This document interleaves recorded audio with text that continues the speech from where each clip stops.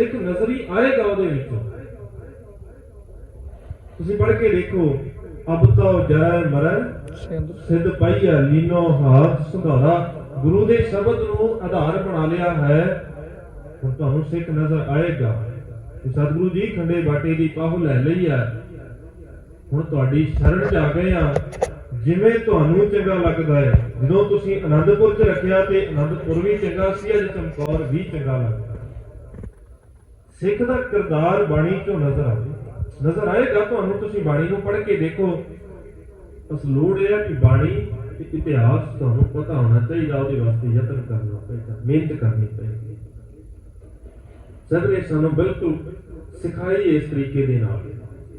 ਸਿੱਖ ਦੇ ਤਰੀਕੇ, ਜਿਉਣ ਦੇ ਤਰੀਕੇ ਦੇ ਵਿੱਚੋਂ ਬਾਣੀ ਨਜ਼ਰ ਆਵੇ ਤੇ ਬਾਣੀ ਪੜ੍ਹੀ ਜਾਂਦੀ ਹੋਵੇ ਤੇ ਉਹਦੇ ਵਿੱਚੋਂ ਸਿੱਖ ਦਾ ਕਿਰਦਾਰ ਨਜ਼ਰ ਆਉਣ ਲੱਗ ਜਾਵੇ, ਸਿੱਖ ਸਾਹਮਣੇ ਆ ਜਾਵੇ। ਜਦੋਂ ਸ਼ਬਦ ਪੜ੍ਹਿਆ ਜਾਵੇ, ਅੱਖੀਂ ਕਾੜ ਧਰੀ ਚਰਨਾਂ ਦਲ, ਸਿੱਖ ਨੂੰ ਯਾਦ ਆ ਜਾਵੇ ਉਸੇ ਵੇਲੇ ਮੇਰੇ ਗੁਰੂ ਨੇ ਇਹ ਜੇ ਬਚਨ ਕਿਹਾ ਹੈ ਤੇ ਇਕੱਲਾ ਬਚਨ, ਇਕੱਲੀਆਂ ਗੱਲਾਂ ਨਹੀਂ ਆ। ਜੇ ਮੇਰਾ ਗੁਰੂ ਕਹਿ ਰਿਹਾ ਹੈ ਤੇ ਇੱਥੇ ਕੋਈ ਭਾਈ ਭੂਪਨ ਸਿੰਘ ਹੈਗਾ ਏ ਜਿਹੜਾ ਆਪਣੀਆਂ ਅੱਖਾਂ ਕਢਵਾ ਸਕਦਾ ਹੈ। ਅੱਲਾ ਕਹਿਣ ਦੀ ਗੱਲ ਨਹੀਂ ਹੈ।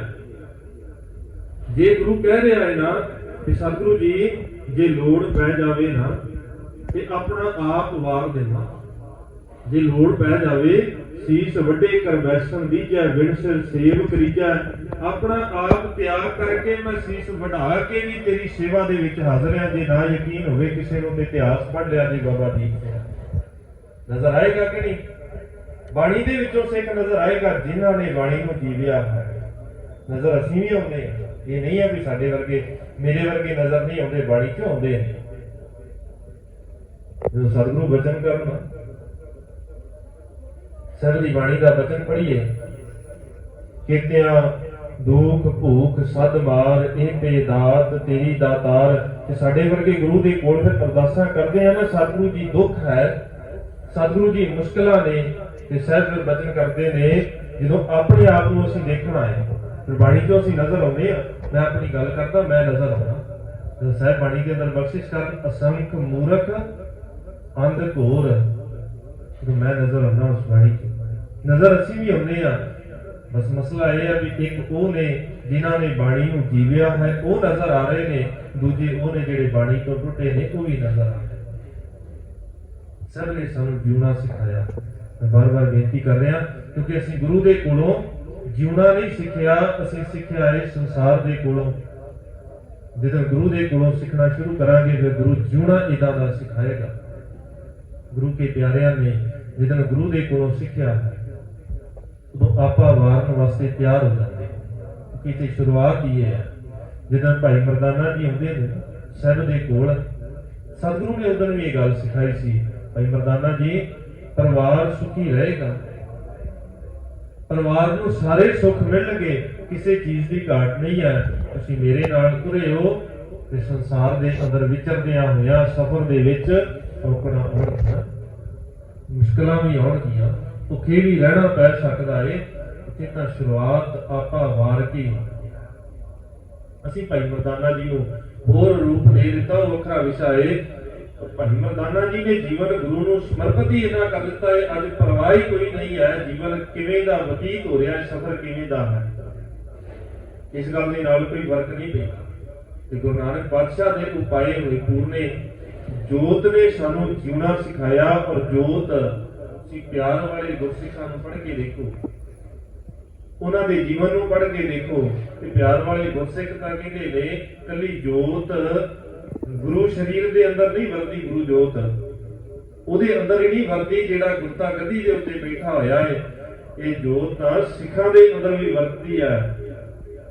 ਮਸਲਾ ਹੈ ਕੋਈ ਉਸ ਜੋਤ ਨੂੰ ਅੰਦਰ ਧਾਰਨ ਜੋਗੀ ਜਗ੍ਹਾ ਬਣਾ ਲਵੇ, ਉਹ ਅੰਦਰ ਟਿਕਾ ਬਣਾ ਲਵੇ, ਇੰਨਾ ਕੁ ਟਿਕਾਣਾ ਬਣਾ ਲਵੇ ਕਿ ਉਹ ਜੋਤ ਸਹਿਜੇ ਆ ਕੇ ਟਿਕ ਜਾਵੇ।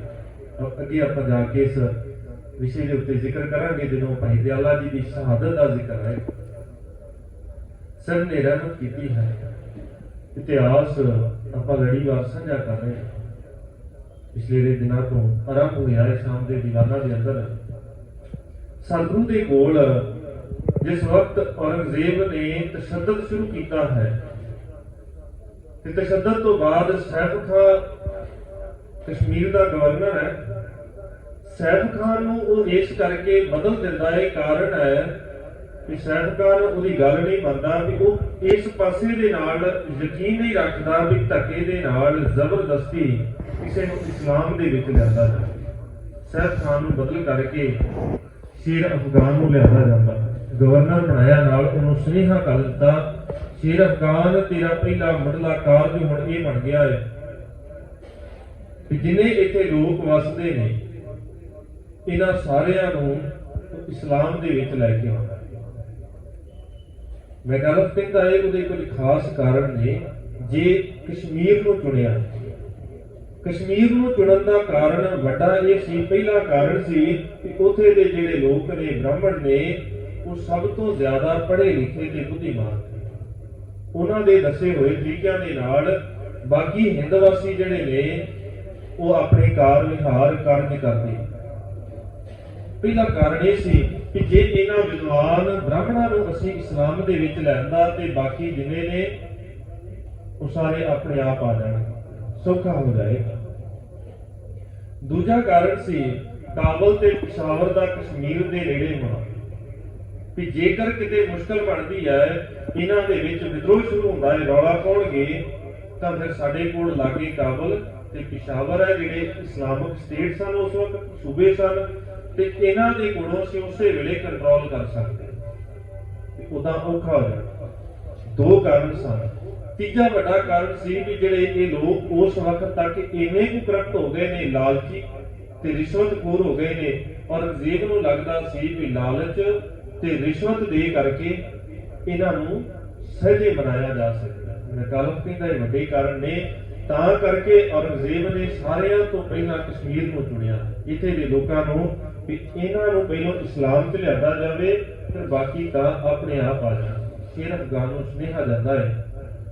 शेर अफगान इस सियाणे ब्राह्मण ਜਿਹੜੇ ਨੇ मुखी उन्हां नूं कोल बुलाਉਂਦਾ है ते बुला करके सारी गलबात दसदा है कि सारा कुछ मिल जाएगा, लालच दिंदा, हरेक चीज मिलेगी, कोई मुश्किल नहीं, कोई रोक नहीं, कोई दुख नहीं आवेगा तुहानूं, असीं बैठे आ, सारी जिम्मेवारी मेरी होवेगी, तुहानूं कोई मुश्किल नहीं आएगी, बस तुसीं इस्लाम च आ जाओ। ये बादशाह दा हुक्म है, तुहानूं जो चाहिदा है वो दसो। वो सारे जवाब दे के आ गए।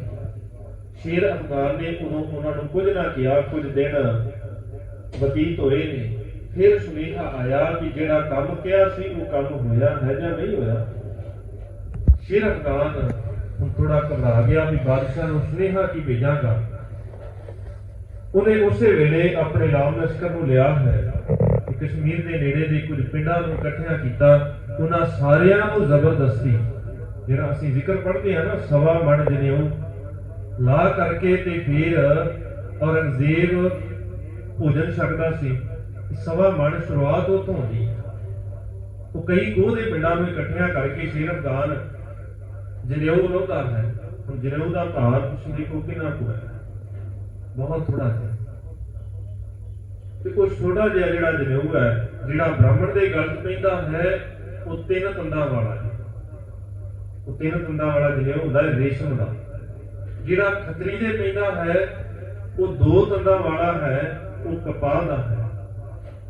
जिहड़ा वैस दे गल पैंदा वो 1 तंद वाला है, उन्हां दा हुंदा है।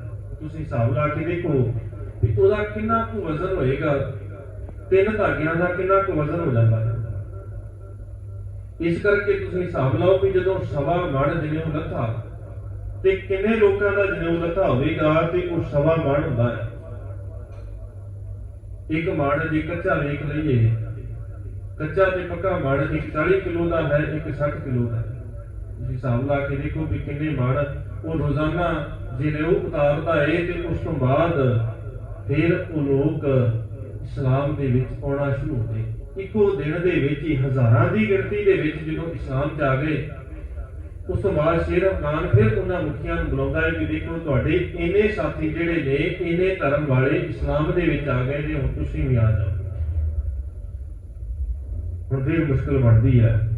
ਬਥੇਰਾ ਕੁਝ ਕਰਦੇ ਨੇ। ਜਦੋਂ ਸ਼ੇਰ ਅਫਗਾਨ ਗੁੱਸੇ ਦੇ ਵਿੱਚ ਆ ਕੇ ਕਹਿੰਦਾ ਹੈ ਕਿ ਹੁਣ ਇੱਕੋ ਹੀ ਹੱਲ ਹੈ, ਜਾਂ ਇਸਲਾਮ ਹੈ ਜਾਂ ਮੌਤ ਹੈ, ਉਹ ਆਪਸ ਦੇ ਵਿੱਚ ਸਲਾਹ ਕਰਕੇ ਕੁਝ ਵਕਤ ਮੰਗਦੇ ਕਿ 2 ਮਹੀਨੇ ਦਾ ਸਾਨੂੰ ਵਕਤ ਦਿਵੋ, ਤੇ ਉਸ ਵਕਤ ਦੇ ਵਿੱਚ ਅਸੀਂ ਤੁਹਾਨੂੰ ਸਾਰਾ ਕੁਝ ਸਲਾਹ ਕਰਕੇ ਆਪਣਾ ਹੀਲਾ ਕਰਕੇ ਦੇਖ ਲਵਾਂਗੇ। ਜੇ ਬਾਦਸ਼ਾਹ ਮੰਨ ਜਾਵੇ ਸਾਡਾ ਧਰਮ ਬਚ ਜਾਵੇਗਾ, ਨਾ ਬਚਿਆ ਤੇ ਫਿਰ ਅਸੀਂ ਇਸਲਾਮ ਚ ਆ ਜਾਵਾਂਗੇ। ਉਤੋਂ ਤੁਰਦੇ ਨੇ ਅਮਰਨਾਥ ਨੂੰ, ਉੱਥੇ ਮਰਨ ਵਕਤ ਰੱਖਦੇ ਨੇ। ਅਖੀਰ ਉਹ ਸਾਰਾ ਹੀਲਾ ਹੁੰਦਾ ਹੈ ਤੇ ਉਸ ਤੋਂ ਬਾਅਦ ਹੁਣ ਸਲਾਹ ਇਹ ਬਣਦੀ ਹੈ ਕਿ ਕੋਈ ਇਦਾਂ ਦਾ ਮਿਲ ਜਾਵੇ ਜਿਹੜਾ ਸਾਡੀ ਰੱਖਿਆ ਕਰ ਸਕੇ। ਤੇ ਪੰਡਤ ਕਿਰਪਾ ਰਾਮ ਉਹ ਜਾਣਦੇ ਨੇ ਸਾਰਾ ਕੁਝ। ਉਹਦਾ ਕਾਰਨ ਵੱਡਾ ਹੈ, ਕਲਗੀਧਰ ਪਾਤਸ਼ਾਹ ਪੰਡਤ ਕਿਰਪਾ ਰਾਮ ਦੇ ਕੋਲੋਂ ਪੜ੍ਹਦੇ ਵਿਦਿਆ ਲੈਂਦੇ ਨੇ। ਇਸ ਕਰਕੇ ਪੰਡਤ ਕਿਰਪਾ ਰਾਮ ਨੂੰ ਪਤਾ ਹੈ ਕਿ ਗੁਰੂ ਤੇਗ ਬਹਾਦਰ ਪਾਤਸ਼ਾਹ ਦੀ ਅਜ਼ਮਤ ਐਸੀ ਹੈ ਵੀ ਜੇ ਉਹਨਾਂ ਦੇ ਕੋਲ ਚਲੇ ਗਏ ਤੇ ਫਿਰ ਬਖਸ਼ਿਸ਼ ਹੋ ਜਾਏਗੀ। ਜੋ ਸ਼ਰਨ ਆਵੇ ਤੇ ਸਕੰਠ ਲਾਵੇ, ਇਹ ਬਿਰਧ ਸੁਆਮੀ ਸਦਾ। ਮੇਰੇ ਗੁਰੂ ਦਾ ਸੁਭਾਅ ਐਸਾ ਹੈ, ਕੋਈ ਸ਼ਰਨ ਚ ਆ ਜਾਵੇ ਉਹਦੇ ਉੱਤੇ ਬਖਸ਼ਿਸ਼ਾਂ ਹੋ ਜਾਂਦੀਆਂ। ਅਸਵਰ ਕਹਿਣਾ ਹੈ ਕੋਈ ਆਜ਼ਿਜ਼ ਹੋ ਕੇ ਆਵੇ, ਕੋਈ ਨੀਵਾਂ ਹੋ ਕੇ ਆਵੇ, ਕੋਈ ਗੁਰੂ ਦੇ ਦਰ ਦੇ ਉੱਤੇ ਇਸ ਭਾਵਨਾ ਦੇ ਨਾਲ ਆਵੇ, ਸਤਿਗੁਰੂ ਤੇਰੇ ਦਰ ਤੇ ਆਇਆ, ਮੇਰੇ ਕੋਲ ਕੁਝ ਨਹੀਂ। ਜਦੋਂ ਗੁਰੂ ਦੇ ਕੋਲ ਆਈਏ ਤੇ ਭਰੋਸੇ ਦੇ ਨਾਲ ਆਈਏ। ਗੁਰੂ ਦੇ ਕੋਲ ਆਈਏ ਇੰਨਾ ਕੁ ਭਰੋਸਾ ਹੋਵੇ ਕਿ ਇੱਕ ਅਣਧਰਮ ਵਾਲੇ ਜਿਹੜੇ ਗੁਰੂ ਤੇਗ ਬਹਾਦਰ ਪਾਤਸ਼ਾਹ ਦੇ ਕੋਲ ਆਉਂਦੇ ਨੇ, ਗੁਰੂ ਨਾਨਕ ਦੇ ਘਰ ਜਾ ਕੇ ਉਹਨਾਂ ਨੂੰ ਇੰਨਾ ਕੋਈ ਯਕੀਨ ਹੈ ਕਿ ਜਿਸ ਦਰ ਦੇ ਉੱਤੇ ਚੱਲੇ ਆ, ਇਸ ਦਰ ਤੇ ਜਾਣ ਤੋਂ ਬਾਅਦ ਸਾਡਾ ਧਰਮ ਬਚ ਜਾਣਾ ਹੈ।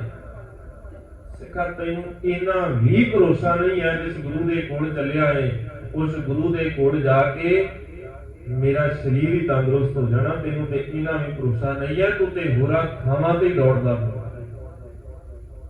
ਇਹਨੂੰ ਤੇ ਆਪਣੇ ਗੁਰੂ ਤੇ ਇੰਨਾ ਵੀ ਭਰੋਸਾ ਨਹੀਂ। ਖਿਆਲ ਕਰਕੇ ਦੇਖੋ, ਕਿੱਥੋਂ ਅਮਰਨਾਥ ਤੋਂ ਉਹ ਤੁਰਦੇ ਨੇ ਕਸ਼ਮੀਰ, ਪੀਰ ਪੰਜਾਲ, ਸਾਰਾ ਕੁਝ ਹੋ ਕਰਕੇ ਉਹ ਅਖੀਰ ਅਨੰਦਪੁਰ ਸਾਹਿਬ ਪਹੁੰਚਦੇ ਨੇ, ਸਿਰਫ ਇਸ ਭਰੋਸੇ ਦੇ ਨਾਲ ਕਿ ਹੁਣ ਉੱਥੇ ਚੱਲੇ ਆ ਜਿੱਥੇ ਸਾਡੇ ਉੱਤੇ ਬਖਸ਼ਿਸ਼ ਹੋ ਜਾਣੀ ਹੈ, ਸਾਡਾ ਧਰਮ ਬਚ ਜਾਣਾ। ਗੱਲ ਕਰਕੇ ਵੇਖੋ, ਇਹਨਾਂ ਭਰੋਸਾ ਹੈ ਸਾਨੂੰ ਗੁਰੂ ਦੇ ਕੋਲ। ਉਹ ਇੰਨੀ ਦੂਰ ਤੋਂ ਆ ਜਾਂਦੇ ਨੇ, ਸਿੱਖ ਦੇ ਕੋਲ ਇੰਨਾ ਵਕਤ ਨਹੀਂ ਹੈ ਨੇੜੇ ਰਹਿੰਦਿਆਂ ਗੁਰੂ ਦੇ ਕੋਲ ਆ ਸਕੇ। ਨੇੜੇ ਰਹਿੰਦਿਆਂ ਗੁਰੂ ਦੇ ਕੋਲ ਨਹੀਂ ਰੋਜ਼ਾਨਾ ਆ ਸਕਦੇ ਅਸੀਂ।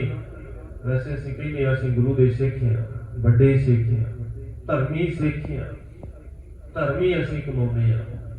ਅਖੀਰ ਅਨੰਦਪੁਰ ਸਾਹਿਬ ਪਹੁੰਚਦੇ ਨੇ। ਜਦੋਂ ਸਤਿਗੁਰੂ ਉੱਥੇ ਪਹੁੰਚੇ ਪੰਡਾਲ ਦੇ ਅੰਦਰ, ਤੇ ਸਤਿਗੁਰੂ ਦੇ ਕੋਲ ਇਹਨਾਂ ਨੇ ਫਰਿਆਦ ਕੀਤੀ ਹੈ। ਪੰਡਤ ਕਿਰਪਾ ਰਾਮ ਨੇ ਸਾਰੀ ਗੱਲਬਾਤ ਸਮਝਾਈ ਹੈ ਕਿ ਸਤਿਗੁਰੂ ਜੀ ਇਸ ਵਕਤ ਔਰੰਗਜ਼ੇਬ ਨੇ ਬੜਾ ਤਸ਼ੱਦਦ ਕੀਤਾ ਹੋਇਆ ਹੈ, ਬੜਾ ਦੁੱਖ ਦਿੱਤਾ ਹੈ, ਇਹਨੇ ਤਸੀਹੇ ਦੇ ਰਿਹਾ ਹੈ, ਹਿੰਦੂ ਧਰਮ ਨੂੰ ਖਤਮ ਕਰਨ ਦੇ ਵਾਸਤੇ ਉਹ ਤੁਲਿਆ ਹੋਇਆ ਹੈ। ਉਹ ਕਹਿੰਦਾ ਹੈ ਸਾਰਾ ਹਿੰਦੁਸਤਾਨ ਇਸਲਾਮ ਦੇ ਵਿੱਚ ਲੈ ਆਉਣਾ, ਸਾਰੇ ਇੱਕੋ ਦੀਨ ਨੂੰ ਮੰਨਣਗੇ, ਵੱਖ-ਵੱਖ ਦੀਨਾਂ ਵਾਲਾ ਸਾਰਾ ਰੌਲਾ ਹੀ ਖਤਮ ਕਰ ਦੇਣਾ, ਸਾਰੇ ਇਸਲਾਮ ਨੂੰ ਮੰਨਣ ਵਾਲੇ ਹੋਣ। ਇਹਨਾਂ ਦਾ ਜੀਵਨ ਉਹਨਾਂ ਦਾ ਬਣ ਗਿਆ ਹੈ। ਇਹਨੇ ਕੋ ਟੁੱਟੇ ਹੋਏ ਨੇ, ਸਤਿਗੁਰੂ ਦੇ ਕੋਲ ਅਰਜ਼ੋਈਆਂ ਕਰਦਿਆਂ ਅੱਖਾਂ ਚੋਂ ਹੰਝੂ ਵਹਿੰਦੇ ਨੇ, ਰੋਂਦਿਆਂ ਹੋਇਆ ਸਭ ਦੇ ਕੋਲ ਅਰਦਾਸ ਕੀਤੀ, ਸਤਿਗੁਰੂ ਤੇਰੇ ਤੋਂ ਬਿਨਾਂ ਕੋਈ ਆਸਰਾ ਹੀ ਨਜ਼ਰ ਨਹੀਂ ਆਉਂਦਾ, ਕਿੱਥੇ ਜਾਈਏ। ਸਰ ਜੀ ਤੇਰੀ ਸ਼ਰਨ ਚ ਆਇਆ ਭਰੋਸੇ ਦੇ ਨਾਲ, ਇਹਨੇ ਤੇਰੇ ਦਰ ਦੇ ਉੱਤੇ ਆ ਗਿਆ ਮੈਂ, ਹੁਣ ਤੂੰ ਰਹਿਮਤ ਕਰ। ਇਸ ਦਰ ਤੋਂ ਜਾਣਾ ਹੀ ਉਦਣ ਹੈ ਜਿੱਦਣ ਤੂੰ ਬਾਹ ਵੜ ਲਵੇ, ਹੋਰ ਕਿਤੇ ਨਹੀਂ ਜਾਣਾ। ਹੁਣ ਅਸੀਂ ਸਾਹਿਬ ਨੇ ਉਦੋਂ ਗੱਲ ਸਮਝਾਈ ਕਿ ਗੁਰੂ ਨਾਨਕ ਦਾ ਘਰ ਹੈ, ਤੁਸੀਂ ਚਿੰਤਾ ਨਾ ਕਰੋ, ਜਿਸ ਦਰ ਦੇ ਉੱਤੇ ਆ ਗਏ ਉਸ ਦਰ ਤੋਂ ਸਾਰੀਆਂ ਹੀ ਬਖਸ਼ਿਸ਼ਾਂ ਮਿਲ ਗਈਆਂ। ਇਸ ਦਰ ਦੇ ਉੱਤੇ ਕੋਈ ਖਾਲੀ ਨਹੀਂ ਜਾਂਦਾ।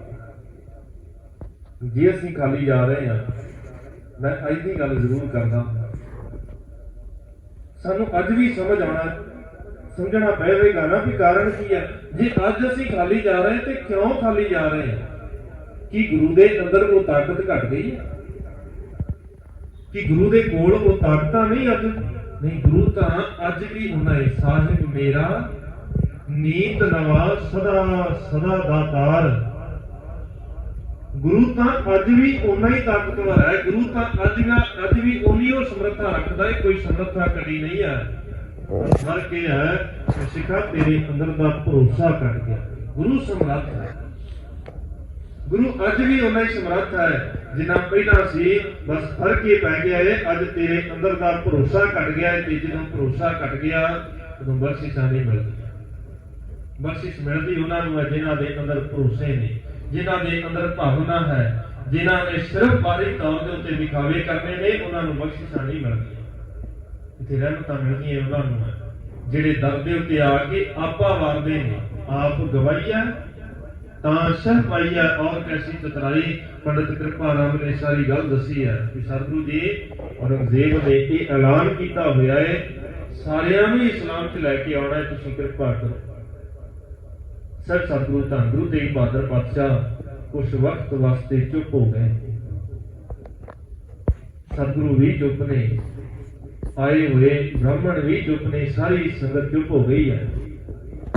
ਫਿਰ ਸਾਹਿਬ ਬੋਲੇ ਨੇ ਕੋਈ ਐਸਾ ਚਾਹੀਦਾ, ਕੋਈ ਐਸਾ ਹੋਵੇ ਜਿਹੜਾ ਤੁਹਾਡੇ ਧਰਮ ਦੀ ਰੱਖਿਆ ਦੇ ਲਈ ਆਪਣਾ ਆਪ ਵਾਰ ਦੇਵੇ। ਸ਼ਹਾਦਤ ਦੇਣੀ ਪਏਗੀ ਜੇ ਧਰਮ ਨੂੰ ਬਚਾਉਣਾ ਹੈ। ਤੇ ਲਾਗੇ ਖਲੋਤੇ ਧੰਨ ਗੁਰੂ ਗੋਬਿੰਦ ਸਿੰਘ ਮਹਾਰਾਜ ਸੱਚੇ ਪਾਤਸ਼ਾਹ, ਤੁਸੀਂ ਖਿਆਲ ਕਰਿਓ ਕਲਗੀਧਰ ਪਾਤਸ਼ਾਹ ਦੀ ਉਮਰ ਉਸ ਵਕਤ ਸਰੀਰਕ ਉਮਰ 9 ਸਾਲ ਹੈ। ਉਸ ਵਕਤ 9 ਸਾਲ ਦੀ ਉਮਰ ਹੈ। ਮੈਂ 9 ਸਾਲ ਦੀ ਉਮਰ ਦਾ ਜ਼ਿਕਰ ਇਸ ਕਰਕੇ ਕਰ ਰਿਹਾ ਜਿੱਦਾਂ ਗੁਰੂ ਨਾਨਕ ਪਾਤਸ਼ਾਹ ਜਗਤ ਗੁਰ ਬਾਬਾ ਜਨੇਊ ਪਾਉਣ ਤੋਂ ਮਨਾ ਕਰਦੇ ਨੇ, ਉਦੋਂ ਸਾਹਿਬ ਗੁਰੂ ਨਾਨਕ ਪਾਤਸ਼ਾਹ ਦੀ ਉਮਰ ਵੀ 9 ਸਾਲ ਹੈ।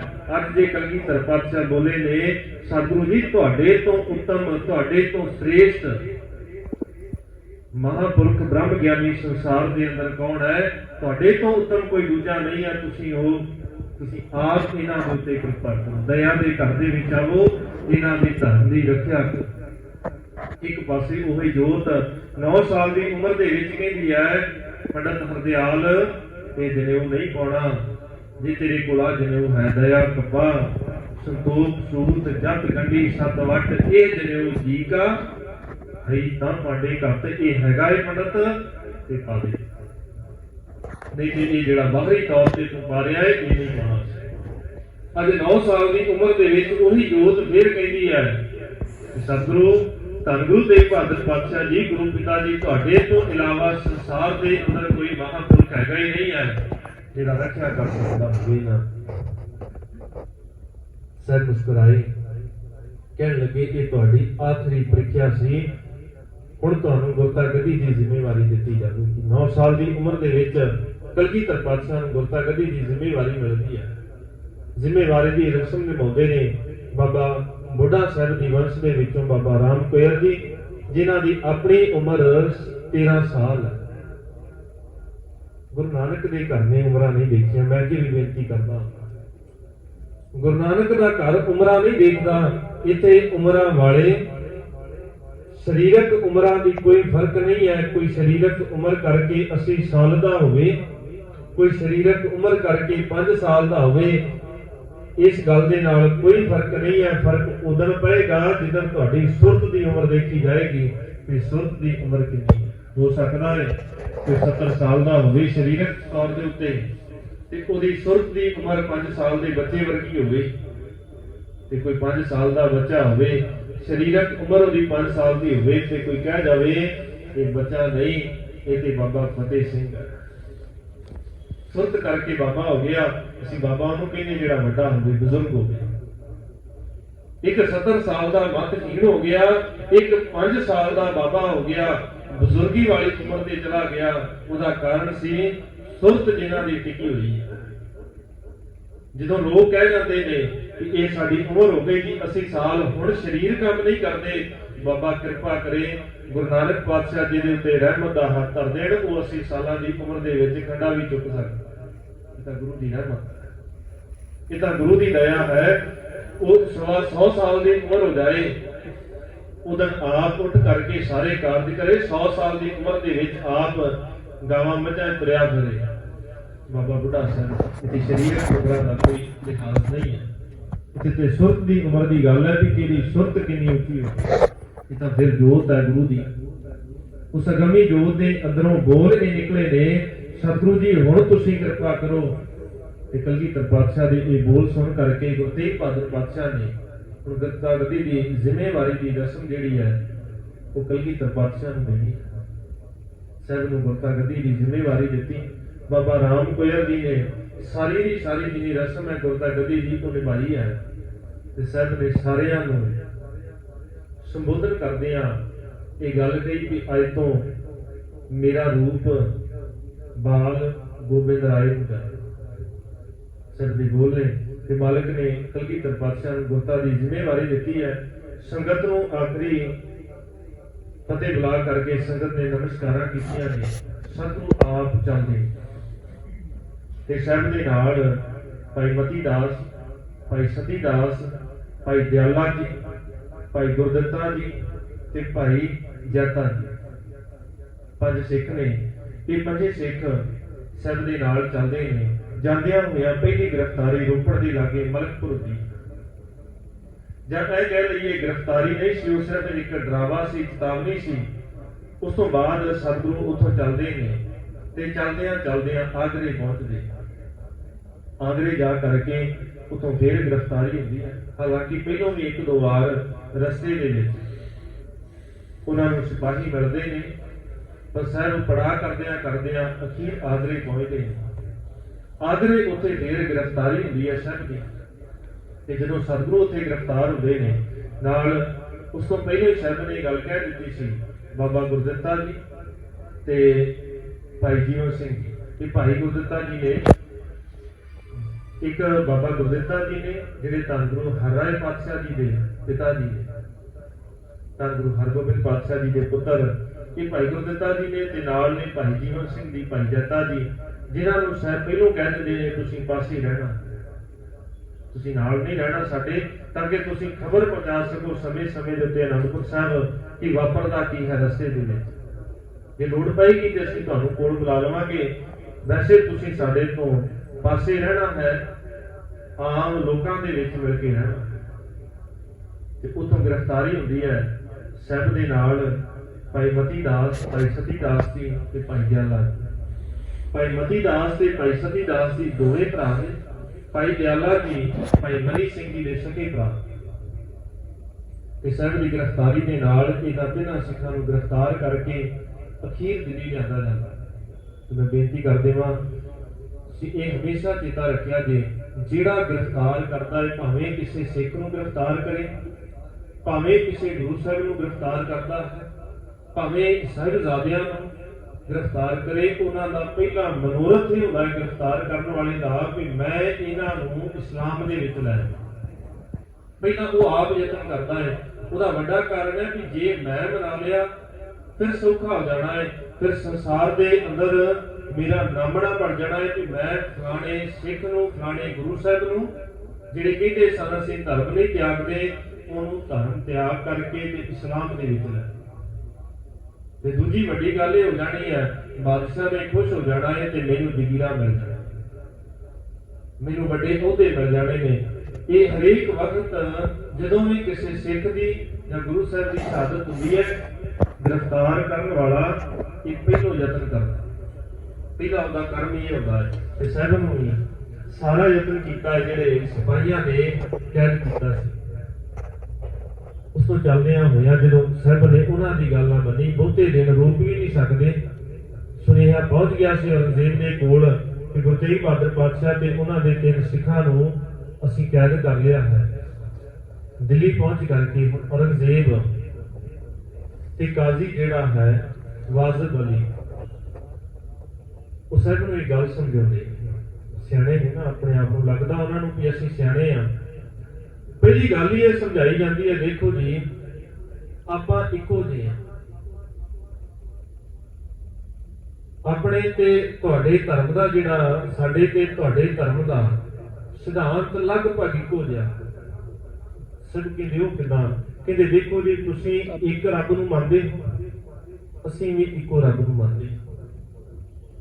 ਦੂਜੀ ਗੱਲ ਹੈ, ਅਸੀਂ ਵੀ ਬੁੱਤ ਪ੍ਰਸਤੀ ਦੇ ਖਿਲਾਫ, ਤੁਸੀਂ ਤੁਸੀਂ ਵੀ ਬੁੱਤ ਪ੍ਰਸਤੀ ਦੇ ਖਿਲਾਫ, ਤੁਸੀਂ ਵੀ ਮੂਰਤੀ ਪੂਜਾ 'ਚ ਯਕੀਨ ਨਹੀਂ ਰੱਖਦੇ ਤੇ ਅਸੀਂ ਵੀ ਇਸ ਚੀਜ਼ ਦੇ ਬਿਲਕੁਲ ਖਿਲਾਫ ਤੇ ਸੌਖਾ ਨਹੀਂ ਹੋ ਜਾਂਦਾ। ਆਪਾਂ ਦੋਵੇਂ ਇੱਕੋ ਜਿਹੇ ਆ ਤੇ ਤੁਹਾਡੇ ਗੁਰੂ ਨੇ, ਗੁਰੂ ਨਾਨਕ ਪਾਤਸ਼ਾਹ ਨੇ ਜਿਸ ਜਨੇਊ ਦੀ ਰਾਖੀ ਦੇ ਲਈ ਤੁਸੀਂ ਸੁਨੇਹਾ ਭੇਜਿਆ ਸੀ ਕਿ ਜੇ ਤੇਗ ਬਹਾਦਰ ਪਾਤਸ਼ਾਹ ਇਸਲਾਮ ਦੇ ਵਿੱਚ ਆ ਜਾਣ ਤੇ ਸਾਰੇ ਬ੍ਰਾਹਮਣ ਇਸਲਾਮ 'ਚ ਆ ਜਾਣਗੇ, ਜਿਹੜਾ ਤੁਸੀਂ ਸੁਨੇਹਾ ਭੇਜਿਆ ਇਸ ਜਨੇਊ ਨੂੰ ਤੁਹਾਡੇ ਗੁਰੂ ਨਾਨਕ ਪਾਤਸ਼ਾਹ ਨੇ ਮਨਾ ਕਰ ਦਿੱਤਾ ਸੀ ਪਾਉਣ ਲਈ।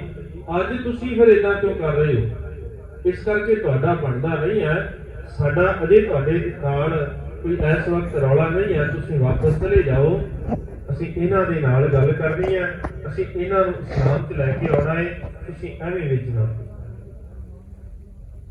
ਸਰ ਕਿਨੇ ਦੇਖ ਭਾਈ ਤੇਰੀ ਗੱਲ ਵਾਜਬ ਹੈ, ਠੀਕ ਹੈ। ਨਾ ਤਾਂ ਅਸੀਂ ਬਹੁਤੇ ਗੁਰੂਆਂ ਦੇ ਵਿੱਚ ਰੱਬਾਂ ਦੇ ਵਿੱਚ ਯਕੀਨ ਰੱਖਦੇ ਹਾਂ, ਸਾਡਾ ਇੱਕੋ ਹੀ ਰੱਬ ਇੱਕ ਓੰਕਾਰ ਅਸੀਂ ਕਹਿੰਦੇ ਹਾਂ। ਨਾ ਅਸੀਂ ਬੁੱਤ ਪ੍ਰਸਤੀ 'ਚ ਯਕੀਨ ਰੱਖੀਏ। ਸਾਡੀ ਸਿੱਧੀ ਜੀ ਗੱਲ ਹੈ, ਜੋ ਪਾਤਰ ਕੀ ਪਾਈ ਪਾਏ इसकी काल अजाई जाए, जो पात्र को कहते देव जिसकी बिरथा हो वैसे। बिल्कुल तेरी गल वाजिब है कि ਅਸੀਂ ਬੁੱਤ ਪ੍ਰਸਤੀ ਦੇ ਵਿੱਚ ਕੋਈ ਯਕੀਨ ਨਹੀਂ ਰੱਖਦੇ। ਤੀਜੀ ਗੱਲ ਤੋਂ ਕਹਿਣਾ ਹੈ ਕਿ ਤੁਹਾਡੇ ਗੁਰੂ ਨੇ ਜਨੇਊ ਪਾਉਣ ਤੋਂ ਮਨਾ ਕੀਤਾ, ਇਹ ਵੀ ਗੱਲ ਬਿਲਕੁਲ ਜਾਇਜ਼ ਹੈ। ਅਸੀਂ ਜਨੇਊ ਦੇ ਵਿੱਚ ਵੀ ਯਕੀਨ ਨਹੀਂ ਰੱਖਦੇ ਕਿ ਬਾਹਰ ਦੇ ਧਾਰਮਿਕ ਚਿੰਨ੍ਹ ਦੇ ਵਿੱਚ। ਤੇਰੀਆਂ ਤਿੰਨੇ ਗੱਲਾਂ ਠੀਕ ਨੇ, ਪਰ ਜਦੋਂ ਜਨੇਊ ਦੀ ਗੱਲ ਤੂੰ ਕਰਦਾ ਹੈ ਨਾ, ਤੇ ਮੇਰੇ ਬਾਬੇ ਨੇ ਇੱਕ ਗੱਲ ਸਿਖਾਈ ਸੀ, ਜਿਹੜਾ ਜਨੇਊ ਤੂੰ ਮਨਾ ਕਰ ਰਿਹਾ ਨਾ ਪਾਉਣ ਤੋਂ, ਸਾਡੇ ਬਾਬੇ ਨੇ ਉਦੋਂ ਸਾਨੂੰ ਖਾਸ ਜਨੇਊ ਦਿੱਤਾ ਸੀ, ਦਇਆ ਕਪਾਹ ਵਾਲਾ। ਤੇ ਗੁਰੂ ਨਾਨਕ ਦੇ ਘਰ ਦਾ ਸੁਭਾਅ ਹੈ, ਇੱਥੇ ਜਿਹੜਾ ਆ ਜਾਵੇ ਉਹ ਉਸੇ ਵੇਲੇ ਉਹਦੀ ਗੱਲ ਸੁਣੀ ਜਾਂਦੀ ਹੈ, ਉਹਦੀ ਅਰਦਾਸ ਬੇਨਤੀ ਕਬੂਲ ਹੁੰਦੀ ਹੈ। ਤੇ ਇਹ ਉਹੀ ਕਰ ਸਕਦਾ ਹੈ ਜਿਹੜਾ ਦਇਆ ਜਿਹਦੇ ਹਿਰਦੇ ਦੇ ਅੰਦਰ। ਤੇ ਸਾਨੂੰ ਤਾਂ ਗੁਰੂ ਬਾਬੇ ਨੇ ਸਿਖਾਈ ਇਹ ਹੈ ਕਿ ਜਿਹੜਾ ਸ਼ਰਨ ਚ ਆ ਜਾਵੇ ਤੇ ਗੁਰੂ ਦਾ ਸੁਭਾਅ ਹੈ ਉਹਨੂੰ ਗਲੇ ਦੇ ਨਾਲ। ਇਹ ਤਾਂ ਸਾਡੇ ਕੋਲ ਆਏ ਨੇ, ਫਰਿਆਦੀ ਹੋ ਕੇ ਆਏ ਨੇ, ਤੇ ਜਿਹੜਾ ਫਰਿਆਦੀ ਹੋ ਕੇ ਆ ਗਿਆ ਫਿਰ ਉਹਦੀ ਗੱਲ ਅਸੀਂ ਮੰਨਦੇ। ਦੂਜੀ ਗੱਲ ਤੇਰੀ, ਜਦੋਂ ਤੂੰ ਕਹਿੰਦਾ ਹੈ ਕਿ ਸਾਡੇ ਧਰਮ ਤੇ ਧਰਮ ਤਾਂ ਇਦਾਂ ਦਾ ਕੋਈ ਵੀ ਨਹੀਂ ਹੈ ਜਿਹੜਾ ਇਹ ਗੱਲ ਕਵੇ ਕਿ ਜ਼ਬਰਦਸਤੀ ਦੂਜੇ ਦੇ ਧਰਮ ਨੂੰ ਖਤਮ ਕਰਕੇ ਤੇ ਆਪਣੇ ਧਰਮ ਚ ਲੈ ਆਉਣਾ। ਇਹ ਤਾਂ ਕਿਤੇ ਵੀ ਸਿਖਾਇਆ ਨਹੀਂ ਜਾਂਦਾ। ਤੇਰਾ ਰਸਤਾ ਹੀ ਗਲਤ ਹੋ ਗਿਆ ਹੈ। ਤੂੰ ਦੀਨ ਦੇ ਵਿੱਚ ਨਹੀਂ ਹੈ, ਤੂੰ ਦੀਨ ਦਾ ਦਿਖਾਵਾ ਕਰ ਰਿਹਾ ਹੈ, ਤੂੰ ਧਰਮ ਦਾ ਦਿਖਾਵਾ ਕਰ ਰਿਹਾ ਹੈ, ਹੋਰ ਕੁਝ ਵੀ ਨਹੀਂ ਹੈ। ਸਿਰਫ ਧਰਮ ਦਾ ਦਿਖਾਵਾ ਕਰ ਰਿਹਾ ਹੈ। ਜਿਹੜੇ ਧਰਮੀ ਨੇ ਉਹਨਾਂ ਦੇ ਅੰਦਰ ਤੇ ਸ਼ੁਰੂਆਤ ਦੀ ਦਇਆ ਹੀ ਹੁੰਦੀ ਹੈ। ਦਇਆ ਤੋਂ ਬਿਨਾਂ ਤੇ ਕੋਈ ਧਰਮੀ ਨਹੀਂ ਹੋ ਸਕਦਾ। ਇਹ ਗੱਲ ਅੱਜ ਵੀ ਉਨੀਓ ਲਾਗੂ ਹੁੰਦੀ ਹੈ ਸਾਡੇ ਤੇ ਵੀ ਦੂਜਿਆਂ ਤੇ। ਜੇ ਦਇਆ ਨਹੀਂ ਹੈ ਮਨ ਦੇ ਅੰਦਰ ਕਿਸੇ ਦੇ ਲਈ, ਫਿਰ ਖਿਆਲ ਰੱਖਿਓ ਤੁਸੀਂ ਧਰਮੀ ਨਹੀਂ ਹੋ ਸਕਦੇ। ਬਾਹਰੀ ਦਿਖਾਵਾ ਜਿੰਨਾ ਮਰਜ਼ੀ ਕਰ ਲਓ, ਧਰਮ ਦਾ ਪਹਿਰਾਵਾ ਜਿੰਨਾ ਮਰਜ਼ੀ ਵਧੀਆ ਪਾ ਲਵੋ, ਧਰਮ ਦੀਆਂ ਗੱਲਾਂ ਜਿੰਨੀਆਂ ਮਰਜ਼ੀ ਵਧੀਆ ਕਰ ਲਵੋ, ਜੇ ਦਇਆ ਨਹੀਂ ਹੈ ਸੁੱਤ ਦੇ ਅੰਦਰ ਤੁਸੀਂ ਧਰਮੀ ਨਹੀਂ ਹੋ ਸਕਦੇ। ਤੁਹਾਡੇ ਅੰਦਰ ਬਿਲਕੁਲ ਧਰਮ ਨਹੀਂ ਹੈ। ਤੇ ਦਇਆ ਦਾ ਭਾਵ ਸਿਰਫ ਇਹ ਨਹੀਂ ਹੈ ਕਿ ਦੂਜੇ ਜੀਵਾਂ ਤੇ ਦਇਆ ਜ਼ਿਆਦੀ ਹੈ, ਤੇ ਜੇ ਲੋੜ ਪੈ ਗਈ ਤੇ ਦੂਜੇ ਜੀਵਾਂ ਦੇ ਲਈ ਕਿਸੇ ਬੰਦੇ ਨੂੰ ਮਾਰ ਦਿਓ। ਕਈ ਵਾਰ ਸ਼ੱਕ ਦੇ ਆਧਾਰ ਤੇ ਮਾਰ ਦਿੱਤਾ ਜਾਂਦਾ, ਇਹ ਵੀ ਧਰਮ ਨਹੀਂ। ਦਇਆ ਤਾਂ ਫਿਰ ਸਾਰਿਆਂ ਵਾਸਤੇ ਹੈ, ਹਰੇਕ ਪੱਖ ਦੇ ਉੱਤੇ। ਤੇ ਸਾਹਿਬ ਨੇ ਜਦੋਂ ਇਹ ਗੱਲਬਾਤ ਸਮਝਾਈ, ਹੁਣ ਔਰੰਗਜ਼ੇਬ ਅਹਿਲਕਾਰਾਂ ਨੂੰ ਕਹਿੰਦਾ ਹੈ ਕਿ ਤੁਸੀਂ ਹੁਣ ਇਹਨਾਂ ਨੂੰ ਮਨਾਉਣਾ ਹੈ। ਤਸੀਹੇ ਦਿੱਤੇ ਜਾਂਦੇ ਨੇ, ਕਦੇ ਗਰਮ ਥੰਮ ਦੇ ਨਾਲ ਬੰਨਿਆ ਜਾਂਦਾ ਹੈ, ਕਦੇ ਸਰੀਰ ਦੇ ਉੱਤੇ ਕੋੜੇ ਮਾਰੇ ਜਾਂਦੇ ਨੇ। ਕਈ ਦਿਨ ਸਤਿਗੁਰੂ ਨੂੰ ਤੇ ਸਿੱਖਾਂ ਨੂੰ ਤਸੀਹੇ ਦਿੱਤੇ ਗਏ। ਇੱਕ ਦਿਨ ਨਹੀਂ, ਕਈ ਦਿਨ ਤਸੀਹੇ ਦਿੱਤੇ ਜਾਂਦੇ ਨੇ। ਅਖੀਰ ਜਦੋਂ ਕੋਈ ਹੀਲਾ ਨਹੀਂ ਵੱਜਦਾ, ਹੁਣ ਵੱਡਾ ਹੀਲਾ ਇੱਕੋ ਹੀ ਸੀ ਕਿ ਸਾਹਮਣੇ ਜੇਕਰ ਇਹਨਾਂ ਸਿੱਖਾਂ ਨੂੰ ਸ਼ਹੀਦ ਕੀਤਾ ਜਾਵੇ ਫਿਰ ਹੋ ਸਕਦਾ ਹੈ ਕਿ ਡੋਲ ਜਾਣ। ਇਹਨਾਂ ਦੇ ਅੰਦਰ ਥੋੜਾ ਜਿਹਾ ਫਰਕ ਪੈ ਜਾਵੇ, ਹੋ ਸਕਦਾ ਹੈ ਸਿੱਖਾਂ ਦੀ ਸ਼ਹਾਦਤ, ਸਿੱਖਾਂ ਨੂੰ ਤਸੀਹੇ ਜੇਕਰ ਦੇਵਾਂਗੇ ਇਹਨਾਂ ਦੇ ਸਾਹਮਣੇ ਤੇ ਹੋ ਸਕਦਾ ਹੈ ਡੋਲ ਜਾਣ। ਸ਼ੁਰੂਆਤ ਕੀਤੀ ਜਾਂਦੀ ਹੈ ਭਾਈ ਮਤੀ ਦਾਸ ਦੀ। ਉਹਦਾ ਇੱਕ ਵੱਡਾ ਕਾਰਨ ਸੀ, ਭਾਈ ਮਤੀ ਦਾਸ ਸਤਿਗੁਰੂ ਦੇ ਬੜਾ ਨੇੜੇ ਰਹਿੰਦੇ। ਉਹ ਬੜੇ ਲੰਬੇ ਸਮੇਂ ਤੋਂ ਸਤਿਗੁਰੂ ਦੇ ਨਾਲ ਰਹਿੰਦੇ ਨੇ, ਲਿਖਾਰੀ ਨੇ। ਭਾਈ ਸਤੀ ਦਾਸ ਜੀ ਦੀਵਾਨ ਨੇ ਭਾਈ ਮਤੀ ਦਾਸ ਜੀ ਲਿਖਾਰੀ ਨੇ ਸਾਹਿਬ ਦੇ ਨਾਲ ਰਹਿੰਦੇ ਨੇ ਤੇ ਜੋ ਸਾਹਿਬ ਉਚਾਰਨ ਕਰਦੇ ਨੇ ਉਹ ਅਰਬੀ ਦੇ ਵਿੱਚ ਫਾਰਸੀ ਦੇ ਵਿੱਚ ਲਿਖ ਲੈਂਦੇ। ਉਸ ਤੋਂ ਬਾਅਦ ਸਤਿਗੁਰੂ ਆਪ ਗੁਰਮੁਖੀ ਦੇ ਵਿੱਚ ਮੱਥਾ ਕਰਵਾ ਕੇ ਫਿਰ ਬਾਣੀ ਦਰਜ ਕਰਦੇ। ਇਸ ਕਰਕੇ ਪਹਿਲੋਂ ਉਹਨਾਂ ਨੂੰ ਚੁਣਿਆ ਗਿਆ ਹੈ, ਪਹਿਲੋਂ ਇਹਨਾਂ ਨੂੰ ਬੁਲਾਇਆ ਜਾਵੇ। ਜਦੋਂ ਕੋਲ ਬੁਲਾਇਆ ਹੈ ਤੇ ਕਿਹਾ ਗਿਆ ਕਿ ਦੇਖ ਭਾਈ, ਤੇਰਾ ਗੁਰੂ ਤਾਂ ਮੰਨਦਾ ਨਹੀਂ, ਪਰ ਤੇਰੇ ਕੋਲ ਜੇ ਵਕਤ ਹੈ ਤੂੰ ਮੰਨ ਜਾ, ਇਸਲਾਮ ਕਬੂਲ ਕਰ ਲੈ, ਜੋ ਚਾਹੀਦਾ ਹੈ ਉਹ ਮਿਲ ਜਾਵੇਗਾ। ਫਿਰ ਮਤੀ ਦਾਸ ਜੀ ਕਹਿਣ ਲੱਗੇ, ਦੇਖ ਤੂੰ ਕਿੰਨੇ ਦਿਨ ਹੋ ਗਏ ਨੇ ਤੇਰੇ ਅਹਿਲਕਾਰਾਂ ਨੂੰ ਯਤਨ ਕਰਦਿਆਂ ਹੋਇਆਂ, ਜਾਂ ਇਸ ਤੋਂ ਪਹਿਲੋਂ ਅੱਜ ਤੱਕ ਦੱਸ ਤੇਰੇ ਦਾਦੇ ਨੇ ਕਿੰਨਿਆਂ ਦੇ ਉੱਤੇ ਜ਼ੋਰ ਲਾਇਆ ਕਿਸੇ ਨੂੰ ਮਨਾ ਸਕੇ? ਤਾਂ ਗੁਰੂ ਅਰਜਨ ਪਾਤਸ਼ਾਹ ਦੀ ਸ਼ਹਾਦਤ ਹੋਈ ਹੈ, ਉਹਨਾਂ ਨੂੰ ਡੁਲਾ ਸਕੇ ਹੋ, ਜੇ ਉਹ ਨਹੀਂ ਡੋਲੇ ਤੇ ਉਹਦੇ ਸਿੱਖਾਂ ਨੂੰ ਕਿਦਾਂ ਡੁਲਾ ਲਓਗੇ ਤੁਸੀਂ? ਭਾਈ ਮਤੀ ਦਾਸ ਜੀ ਦੇ ਬੋਲੇ ਹੁਣ ਤੁਸੀਂ ਖਿਆਲ ਰੱਖਿਓ, ਇਹ ਬੋਲ ਆਪਣੇ ਅੰਦਰ ਇੱਕ ਵਾਰ ਲੈ ਕੇ ਜਾਇਓ। ਜੇ ਅਸੀਂ ਡੋਲ ਰਹੇ ਹਾਂ, ਜੇ ਭਾਈ ਮਤੀ ਦਾਸ ਜੀ ਕਹਿ ਰਹੇ ਨੇ ਨਾ ਕਿ ਧੰਨ ਗੁਰੂ ਅਰਜਨ ਪਾਤਸ਼ਾਹ ਨੂੰ ਡੁਲਾ ਨਹੀਂ ਸਕੇ ਤੁਸੀਂ, ਅੱਜ ਉਹਦੇ ਸਿੱਖਾਂ ਨੂੰ ਕਿਵੇਂ ਡੁਲਾ ਲਓਗੇ? ਜੇ ਅਸੀਂ ਡੋਲ ਰਹੇ ਹਾਂ ਫਿਰ ਕਿਤੇ ਨਾ ਕਿਤੇ ਕਮੀ ਹੈ, ਇਹ ਮੰਨਣਾ ਪਏਗਾ। ਜੇ ਸਿੱਖੀ ਕਮਾਈ ਨਹੀਂ, ਅਜੇ ਸਿੱਖੀ ਧਾਰਨ ਨਹੀਂ ਕੀਤੀ। ਜੇ ਅਸੀਂ ਡੋਲ ਜਾਂਦੇ ਹਾਂ, ਜੇ ਸੰਸਾਰ ਦੇ ਸਵਾਦਾਂ ਨੂੰ ਦੇਖ ਕਰਕੇ, ਸੰਸਾਰ ਦੇ ਡਰਾਵਿਆਂ ਨੂੰ ਦੇਖ ਕਰਕੇ, ਕਿਸੇ ਦੀ ਨਾਰਾਜ਼ਗੀ ਨੂੰ ਦੇਖ, ਅੱਜ ਦੇ ਸਿੱਖ ਇੰਨੇ ਕੁ ਕਮਜ਼ੋਰ ਹੋ ਗਏ ਨੇ, ਕਿਸੇ ਦੀ ਨਾਰਾਜ਼ਗੀ ਨੂੰ ਵੇਖ ਕਰਕੇ ਸਿੱਖੀ ਤਿਆਗ ਜਾਂਦੇ ਨੇ। ਅੰਮ੍ਰਿਤ ਛਕਿਆ ਸੀ, ਖੰਡੇ ਬਾਟੇ ਦੀ ਬਾਹਰ ਲਈ ਸੀ, ਵਿਆਹ ਤੇ ਗਏ ਜੀ ਫਲਾਣਾ, ਫਿਰ ਨਾਰਾਜ਼ ਹੋ ਗਿਆ, ਫਿਰ ਪੀਣੀ ਪੈ ਗਈ। ਹੁੰਦਾ ਹੈ, ਵਾਪਰਦਾ ਹੈ ਨਾ, ਕਿੰਨੀ ਵਾਰ ਵਾਪਰਦਾ। ਕਿਸੇ ਇੱਕ ਬੰਦੇ ਦੀ ਨਾਰਾਜ਼ਗੀ ਦੇ ਕਰਕੇ ਸਿੱਖੀ ਤਿਆਗ ਕਰਕੇ ਤੇ ਫਿਰ ਮਨਮਤ ਕਰਨ ਲੱਗ ਜਾਂਦਾ ਹੈ, ਮਨਮੁਖੀ ਹੋ ਜਾਂਦਾ ਹੈ। ਦੇਖੋ ਜੀ, ਸਾਡੇ ਫਲਾਣੇ ਰਿਸ਼ਤੇਦਾਰ ਉਸ ਬਾਬਾ ਜੀ ਦੇ ਕੋਲ ਜਾਂਦੇ ਨੇ, ਅਸੀਂ ਵੀ ਜਾਣ ਲੱਗ ਗਏ, ਗੁਰੂ ਨੂੰ ਤਿਆਗ ਕਰਕੇ ਅਸੀਂ ਉਸ ਪਾਸੇ ਵੀ ਜਾਣ ਲੱਗ ਗਏ। ਫਲਾਣੇ ਪੀਰ ਦੀ ਮਜ਼ਾਰ ਤੇ ਜਾਂਦੇ ਨੇ, ਅਸੀਂ ਵੀ ਜਾਣ ਲੱਗ ਗਏ। ਗੁਰੂ ਘਰ ਦੇ ਦੋਖੀਆਂ ਦੇ ਕੋਲ ਜਾਣ ਲੱਗ ਗਏ, ਅਸੀਂ ਵੀ ਜਾਣ ਲੱਗ ਗਏ ਮਗਰ ਹੀ ਉਹਨਾਂ ਦੇ। ਫਿਰ ਅਸੀਂ ਕਦੇ ਕਮਾਈ ਨਹੀਂ ਨਾ ਸਿੱਖੀ। ਜੇ ਸਿੱਖਿਆ ਫਿਰ ਡੋਲੇਗਾ। ਸਿੱਖ ਦਾ ਤੇ ਜੀਵਨ ਹੀ ਏਦਾਂ ਦਾ ਹੈ ਕਿ ਸਤਿਗੁਰੂ ਜੀ ਹੁਣ ਤਾਂ ਤੁਹਾਡੇ ਦਰ ਤੇ ਆ ਗਏ, ਹੁਣ ਨਹੀਂ, ਹੁਣ ਤਾਂ ਡੱਗ ਮੱਗ ਛਾੜ ਰੇ ਮਨ ਬੌਰਾ, ਹੁਣ ਤਾਂ ਅੰਦਰ ਦੀ ਡੱਗ ਮੱਗ ਛੱਡਦੇ ਨਾ, ਡੋਲਣਾ ਛੱਡਦੇ। ਆਹ ਕਿਵੇਂ ਹੋਵੇਗਾ, ਏਦਾਂ ਕਿਵੇਂ ਹੋਵੇਗਾ, ਆਹ ਕਿਵੇਂ ਕਰਾਂਗੇ, ਹੁਣ ਤਾਂ ਇਹ ਛੱਡਣਾ ਪਏਗਾ। ਜਿੱਦਣ ਇਹ ਸਾਰਾ ਕੁਝ ਛੱਡਾਂਗੇ ਉਦੋਂ ਗੱਲ ਬਣੇਗੀ, ਉਦੋਂ ਬਖਸ਼ਿਸ਼ ਹੋਏਗੀ। ਡੱਗ ਮੱਗ ਤੇ ਛੱਡਣੀ ਪਏਗੀ ਤੇ ਛੱਡ ਕਰਕੇ ਫਿਰ ਇਦਾਂ ਦਾ ਜੀਵਨ ਬਣਾਉਣਾ ਪਏਗਾ ਵੀ ਸਾਹਮਣੇ ਦਿਸਦਾ ਹੋਵੇ ਕਿ ਮੌਤ ਹੈ, ਪਤਾ ਹੈ ਸਰੀਰ ਖਤਮ ਹੋ ਜਾਣਾ ਹੈ, ਪਤਾ ਹੈ ਤਸੀਹੇ ਦੇ ਕੇ ਕਰਨਾ ਇਹਨਾਂ ਨੇ, ਪਰ ਫਿਰ ਵੀ ਡੋਲਦਾ ਨਹੀਂ ਹੈ, ਮਨ ਟਿਕਿਆ ਹੋਇਆ। ਕਾਜ਼ੀ ਨੇ ਫਤਵਾ ਸੁਣਾਇਆ, ਇੱਕੋ ਹੀ ਇੱਕ ਤਰੀਕਾ ਹੈ, ਜਾਂ ਇਸਲਾਮ ਚ ਆ ਜਾਓ, ਗੱਲਾਂ ਬਹੁਤੀਆਂ ਨਹੀਂ ਕਰਨੀਆਂ, ਤੇ ਜਾਂ ਫਿਰ ਮੌਤ ਕਬੂਲ ਕਰੋ। ਭਾਈ ਮਤੀ ਦਾਸ ਕਹਿੰਦੇ ਦੂਜਾ ਤਰੀਕਾ ਠੀਕ ਹੈ। ਤੂੰ ਅੱਜ ਦੀ ਮੌਤ ਦੀ ਗੱਲ ਕਰ ਰਿਹਾ ਹੈ, ਇੱਥੇ ਤੇ ਜਿੱਦਣ ਮੈਂ ਆਇਆ ਸੀ ਨਾ, ਮੇਰੇ ਗੁਰੂ ਨੇ ਉਦੋਂ ਹੀ ਗੱਲ ਕਹੀ ਸੀ, ਪਹਿਲਾ ਮਰਨ ਕਬੂਲ, ਮੈਂ ਤਾਂ ਮੌਤ ਕਬੂਲ ਕਰਕੇ ਆਇਆ, ਤੂੰ ਅੱਜ ਮੈਨੂੰ ਕੀ ਪੁੱਛਦਾ ਹੈ? ਮੈਂ ਤਾਂ ਜਿੱਦਣ ਇੱਥੇ ਆਇਆ ਸੀ ਨਾ, ਇਸ ਦਰ ਦੇ ਉੱਤੇ ਗੁਰੂ ਨਾਨਕ ਦੇ ਘਰ ਦੇ ਵਿੱਚ ਆਇਆ, ਮੈਂ ਮੌਤ ਉਦੋਂ ਕਬੂਲ ਕੇ ਆਇਆ ਸੀ। ਹੁਣ ਮਨਾਂ ਦੇ ਅੰਦਰ ਝਾਤ ਮਾਰਿਓ, ਗੁਰੂ ਸਿਧਾਂਤ ਵਾਸਤੇ ਕਿੰਨੇ ਇਸ ਦਰ ਦੇ ਉੱਤੇ ਮੌਤ ਕਬੂਲ ਕਰਕੇ ਆਏ? ਇੱਕ ਵਾਰ ਝਾਤ ਮਾਰ ਕੇ ਦੇਖਿਓ। ਗੁਰੂ ਨਾਨਕ ਦੇ ਘਰ ਚ ਆਉਣਾ ਹੈ ਸਿਰਫ ਮੰਗਣ ਲੈਣ ਵਾਸਤੇ ਨਹੀਂ ਕਿ ਆਹ ਚਾਹੀਦਾ ਹੈ, ਉਹ ਚਾਹੀਦਾ ਹੈ। ਇੱਥੇ ਤਾਂ ਮੌਤ ਕਬੂਲ ਕਰਕੇ ਆਉਣਾ ਪਏਗਾ। ਖਿਆਲ ਕਰਿਓ ਕਿੰਨੇ ਮੌਤ ਕਬੂਲ ਕੇ ਆਏ ਹੈ। ਸਤਿਗੁਰੂ ਜੀ ਤੇਰੇ ਸਿਧਾਂਤ ਵਾਸਤੇ ਸਰੀਰ ਤਿਆਗ ਦੇਵਾਂਗੇ, ਤੇਰੀ ਸਿੱਖੀ ਵਾਸਤੇ ਆਪਾਂ ਤਿਆਗ ਦੇਵਾਂਗੇ, ਪਰ ਤੇਰਾ ਸਿਧਾਂਤ ਨਹੀਂ ਤਿਆਗਦੇ।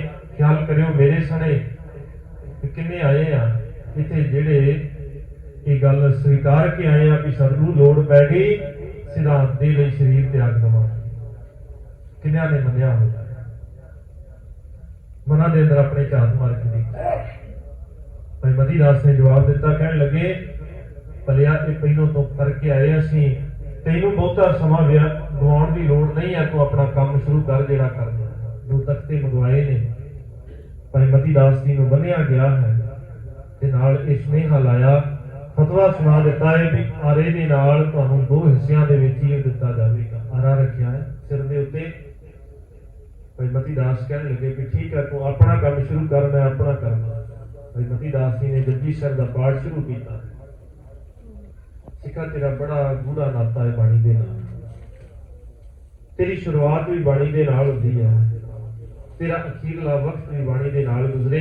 ਇਹ ਗੁਰੂ ਨੇ ਤੈਨੂੰ ਸਿਖਾਇਆ, ਗੁਰੂ ਕੇ ਸਿੱਖਾਂ ਨੇ ਤੈਨੂੰ ਸਿਖਾਇਆ ਹੈ। ਸਾਨੂੰ ਤਾਂ ਬਾਣੀ ਹੁਣ ਐ ਨਹੀਂ ਲੱਗਦੀ ਜਿਵੇਂ ਵਿਛੂ ਵੱਢਦਾ ਹੋਵੇ, ਇਦਾਂ ਨਹੀਂ ਵੱਢਣ ਲੱਗ ਗਏ। ਬਹੁਤੀ ਵਾਰ ਬਾਣੀ ਦੇ ਸ਼ਬਦ ਹੀ ਵੱਢਣ ਲੱਗ ਜਾਂਦੇ ਨੇ। ਇਹ ਸ਼ਬਦ ਨਹੀਂ ਸੀ ਬੋਲਣਾ ਚਾਹੀਦਾ, ਇਹ ਸ਼ਬਦ ਨਹੀਂ ਸੀ ਗਾਉਣਾ ਚਾਹੀਦਾ। ਵੱਢਦੀ ਹੈ ਨਾ ਕਿੰਨੀ ਵਾਰ, ਕਿੰਨੇ ਥਾਵਾਂ ਦੇ ਉੱਤੇ ਸਾਨੂੰ ਵੱਢਿਆ ਬਾਣੀ ਨੇ। ਇਦਾਂ ਲੱਗਣ ਲੱਗਦਾ ਜਿੱਦਾਂ ਵਿਛੂ ਵੱਢਦਾ ਹੈ। ਸਿਰ ਕਹਿੰਦੇ ਨਾ, ਨਾਮ ਸੁਨਤ ਜਨ ਵਿਛੂ ਦਸਾਨਾ ਉਹ ਹਾਲ ਸਾਡਾ। ਬਾਣੀ ਦੇ ਸ਼ਬਦ ਸੁਣ ਕੇ ਵੀ ਸਾਨੂੰ ਇਦਾਂ ਲੱਗਣ ਲੱਗ ਜਾਂਦਾ ਜਿਵੇਂ ਵਿਛੂ ਨੇ ਡੰਗ ਮਾਰਿਆ। ਬਾਣੀ ਉਹ ਇੰਨੀ ਕੌੜੀ ਲੱਗਾ। ਸਿੱਖ ਨੇ ਜਪਜੀ ਸਾਹਿਬ ਦਾ ਪਾਠ ਸ਼ੁਰੂ ਕੀਤਾ ਹੈ, ਦੂਜੇ ਪਾਸੇ ਕੇ ਰੱਖ ਦਿੱਤਾ ਹੈ। ਜਪਜੀ ਸਾਹਿਬ ਦੀ ਸੰਪੂਰਨਤਾ ਹੋਈ ਹੈ। ਸਿੱਖ ਨੇ ਸ਼ਬਦ ਪੜਿਆ ਹੈ, ਜਿਨੇ ਨਾਮ ਧਿਆਇਆ ਗਏ ਮਸ਼ਕਤ ਕਾਲ, ਨਾਨਕ ਤੇ ਮੁਖ ਉਜਲੇ ਕੀਤੀ ਛੁੱਟੀ ਨਾਲ। ਨਾਲੇ ਸਰੀਰ ਤਿਆਗ ਦਿੱਤਾ, ਸਵਾਸ ਤਿਆਗ ਦਿੱਤਾ। ਫਿਰ ਬੁਲਾਇਆ ਗਿਆ, ਅਜੇ ਗੱਲ ਨਹੀਂ ਬਣੀ। ਗੁਰੂ ਡੋਲਿਆ ਨਹੀਂ ਹੈ, ਦੂਜੇ ਨੂੰ ਲਿਆਂਦਾ ਜਾਵੇ। ਭਾਈ ਦਿਆਲਾ ਜੀ ਨੂੰ ਲਿਆਂਦਾ ਗਿਆ। ਭਾਈ ਦਿਆਲਾ ਜੀ ਨੇ ਵੀ ਇਹੀ ਗੱਲ ਕਹੀ ਕਿ ਤੂੰ ਆਪਣਾ ਕੰਮ ਕਰ, ਵਕਤ ਨਾ ਗਵਾ, ਕਿਸੇ ਅਰਥ ਨਹੀਂ ਲੱਗਣਾ ਤੇਰੀਆਂ ਇਹਨਾਂ ਗੱਲਾਂ ਨੇ। ਬਹੁਤੀਆਂ ਗੱਲਾਂ ਦਾ ਕੋਈ ਫਾਇਦਾ ਨਹੀਂ ਹੈ। ਅਸੀਂ ਧਰਮ ਨਹੀਂ ਤਿਆਗਣਾ, ਅਸੀਂ ਦੀਨ ਨਹੀਂ ਤਿਆਗਣਾ, ਤੇਰੀ ਈਨ ਬਦਲਣੀ ਨਹੀਂ ਹੈ। ਤੂੰ ਆਪਣਾ ਜ਼ੋਰ ਲਾ ਜਿਹੜਾ ਲਾਉਣਾ ਹੈ। ਔਰੰਗਜ਼ੇਬ ਨੂੰ ਗੁੱਸਾ ਆਇਆ, ਕ੍ਰੋਧ ਦੇ ਵਿੱਚ ਆ ਕੇ ਕਹਿਣ ਲੱਗਾ ਇਹਨੂੰ ਹੁਣੇ ਸਜ਼ਾ ਦਿੱਤੀ ਜਾਵੇ। ਕਾਜ਼ੀ ਨੇ ਫਤਵਾ ਸੁਣਾਇਆ ਹੈ, ਕਹਿਣ ਲੱਗਾ ਡੇਕ ਚ ਬਾਲਿਆ ਜਾਵੇ। ਸਿੱਖ ਨੇ ਹੱਥ ਜੋੜੇ ਨੇ ਤੇ ਬੋਲੇ, ਧੰਨ ਗੁਰੂ ਅਰਜਨ ਪਾਤਸ਼ਾਹ ਜੀ, ਸ਼ੁਕਰ ਹੈ ਤੁਹਾਡਾ। ਤੁਸੀਂ ਦੇਖੋ ਸਿੱਖੀ ਇਦਾਂ ਕਮਾਈ ਜਾਂਦੀ ਹੈ।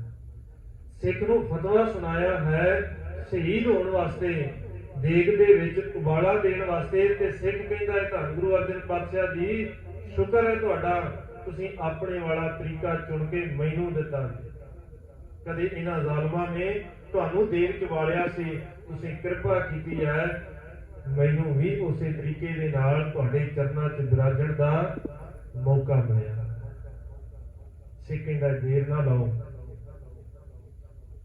ਤੇ ਬੋਲ ਲਿਖਣ ਵਾਲਿਆਂ ਨੇ ਬੋਲ ਲਿਖੇ, ਕਹਿੰਦੇ ਕਦੇ ਜੋਤ ਪਹਿਲੋਂ ਵੀ ਉਹ ਗੁਰੂ ਅਰਜਨ ਪਾਤਸ਼ਾਹ ਦੀ ਉਸ ਦੇਗ ਦੇ ਵਿੱਚ ਉਭੜੀ ਸੀ, ਕਦੇ ਉਹ ਦੇਗ ਉਭਰਦੀ ਪਈ ਹੈ ਲਾਹੌਰ ਦੇ ਵਿੱਚ। ਅੱਜ ਉਹੀ ਦੇਗ ਹੈ, ਉਹੀ ਜੋਤ ਭਾਈ ਦਿਆਲਾ ਜੀ ਦੇ ਅੰਦਰ ਉਭਰਦੀ ਪਈ ਹੈ ਅਚਾਨੀ ਚੌਂਕ ਦੇ ਅੰਦਰ। ਗੁਰੂ ਵਰਤਦਾ ਹੈ ਆਪਣੇ ਸਿੱਖਾਂ ਦੇ ਅੰਦਰ।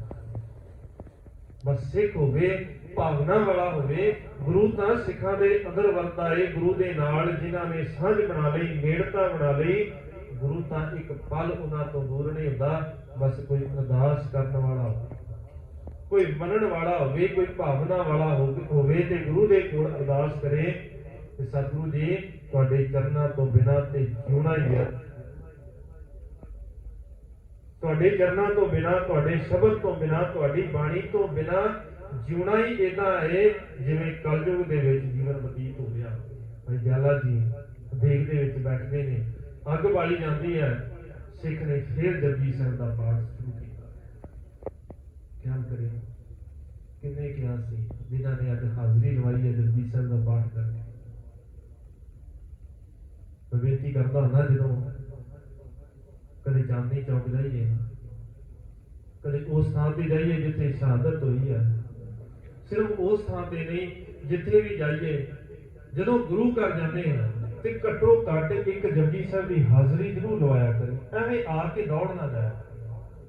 ਉਹ ਬੱਚਾ ਕਦੇ ਕੁਝ ਨਹੀਂ ਸਿੱਖ ਸਕਦਾ ਜਿਹੜਾ ਸਕੂਲ ਗਿਆ, ਕਲਾਸ ਤੋਂ ਗੇੜਾ ਮਾਰ ਕੇ ਵਾਪਸ ਘਰ ਆ ਜਾਂਦਾ।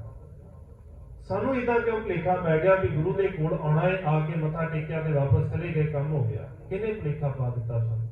ਗੁਰੂ ਨੇ ਇਹ ਨਹੀਂ ਸੀ ਸਿਖਾਇਆ। ਗੁਰੂ ਨੇ ਸਿਖਾਇਆ ਸੀ ਗੁਰੂ ਦੁਆਰਾ ਹੋਏ ਸੋਝੀ ਪਾਏ ਸੀ, ਏਕ ਦੁਆਰਾ ਧੋਏ ਹੱਥਾ ਹੋਏ ਸੀ। ਇਤੋਂ ਸੋਝੀ ਲੈਣੀ ਸੀ ਤੇ ਤੁਰੇ ਤੁਰੇ ਜਾਂਦਿਆਂ ਤੇ ਸੋਝੀ ਮਿਲਦੀ। ਉਹ ਵਿਰਲੇ ਨੇ ਜਿਹੜੇ ਲੰਘਦਿਆਂ ਗੁਰੂ ਦੇ ਸ਼ਬਦ ਨੂੰ ਸੁਣ ਲੈਣ ਤੇ ਜੀਵਨ ਬਦਲ ਜਾਂਦੇ ਨੇ। ਸਾਨੂੰ ਤਾਂ ਕਿੰਨੇ ਸਾਲ ਹੋ ਗਏ ਨੇ ਆਉਂਦਿਆਂ ਗੇੜੇ ਮਾਰਦਿਆਂ ਤੇ ਨਹੀਂ ਬਦਲਦਿਆਂ। ਤੇ ਲੋੜ ਹੈ ਸੁਭਾਅ ਨੂੰ ਬਦਲਦੀ, ਗੁਰੂ ਦੇ ਕੋਲ ਬੈਠ ਕਰਕੇ ਸਿੱਖਣ ਦੀ, ਸੋਝੀ ਲੈਣ ਦੀ। ਤੇ ਸੋਝੀ ਲੈਣੀ ਸ਼ੁਰੂ ਕਰੀਏ ਗੁਰੂ ਦੇ ਕੋਲ। ਸਭ ਦੇ ਕੋਲ ਆ ਕੇ ਕਿਆ ਕਰੀਏ, ਸਤਿਗੁਰੂ ਜੀ ਕਿਰਪਾ ਕਰੋ। ਸਿੱਖ ਨੇ ਜਪਜੀ ਸਾਹਿਬ ਸ਼ੁਰੂ ਕੀਤਾ ਹੈ ਤੇ ਜਲਾਦਾਂ ਨੇ ਥੱਲੇ ਅੱਗ ਬਾਲਣੀ ਸ਼ੁਰੂ ਕੀਤੀ ਹੈ। ਦੇਖ ਨੂੰ ਉਬਾਲਾ ਆਇਆ, ਜਪਜੀ ਸਾਹਿਬ ਦੀ ਸੰਪੂਰਨਤਾ ਹੋਈ ਹੈ। ਉਦੋਂ ਸਿੱਖ ਨੇ ਸਰੀਰ ਤਿਆਗਿਆ ਹੈ, ਗੁਰੂ ਚਰਨਾਂ ਦੇ ਅੰਦਰ ਜਾ ਗਿਆ। ਹੁਣ ਉਹਨਾਂ ਨੂੰ ਲੱਗਾ ਕਿ ਇਹ ਵੀ ਤਰੀਕਾ ਬਹੁਤਾ ਕਾਰਗਰ ਨਹੀਂ ਸੀ। ਹੁਣ ਇੱਕ ਸਿੱਖ ਬਚਿਆ ਹੈ, ਇੱਕ ਤਰੀਕਾ ਹੋਰ ਹੈ, ਉਹ ਜ਼ਿਆਦਾ ਤੜਫੇਗਾ।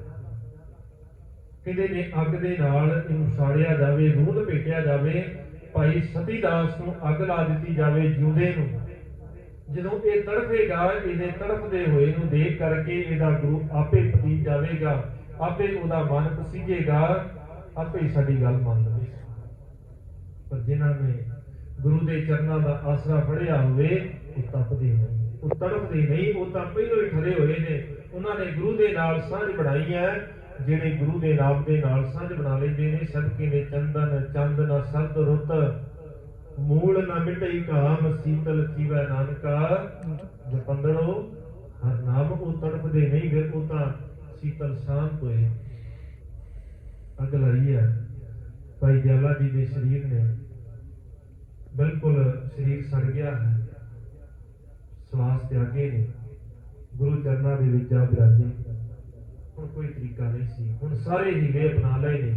ਹੁਣ ਫੇਰ ਧੰਨ ਗੁਰੂ ਤੇਗ ਬਹਾਦਰ ਪਾਤਸ਼ਾਹ ਦੇ ਕੋਲ ਹੁੰਦੇ ਨੇ, ਆ ਕੇ ਕਹਿੰਦੇ ਨੇ ਅਜੇ ਵੀ ਵਕਤ ਹੈ, ਤੁਹਾਡੇ ਸਾਹਮਣੇ 3 ਸਿੱਖ ਤੁਹਾਡੇ ਅਸੀਂ ਤਸੀਹੇ ਦੇ ਕਰਕੇ ਖਤਮ ਕਰ ਦਿੱਤੇ।